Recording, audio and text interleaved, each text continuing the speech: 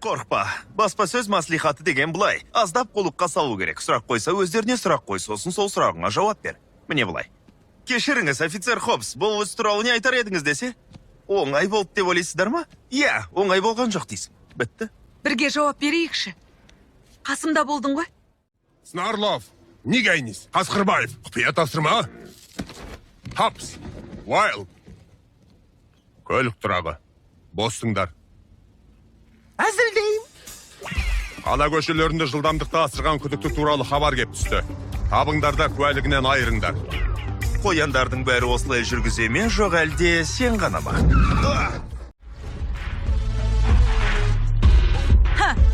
Шын деп жүрсем, өтірік айтыпсың. Алаяқ.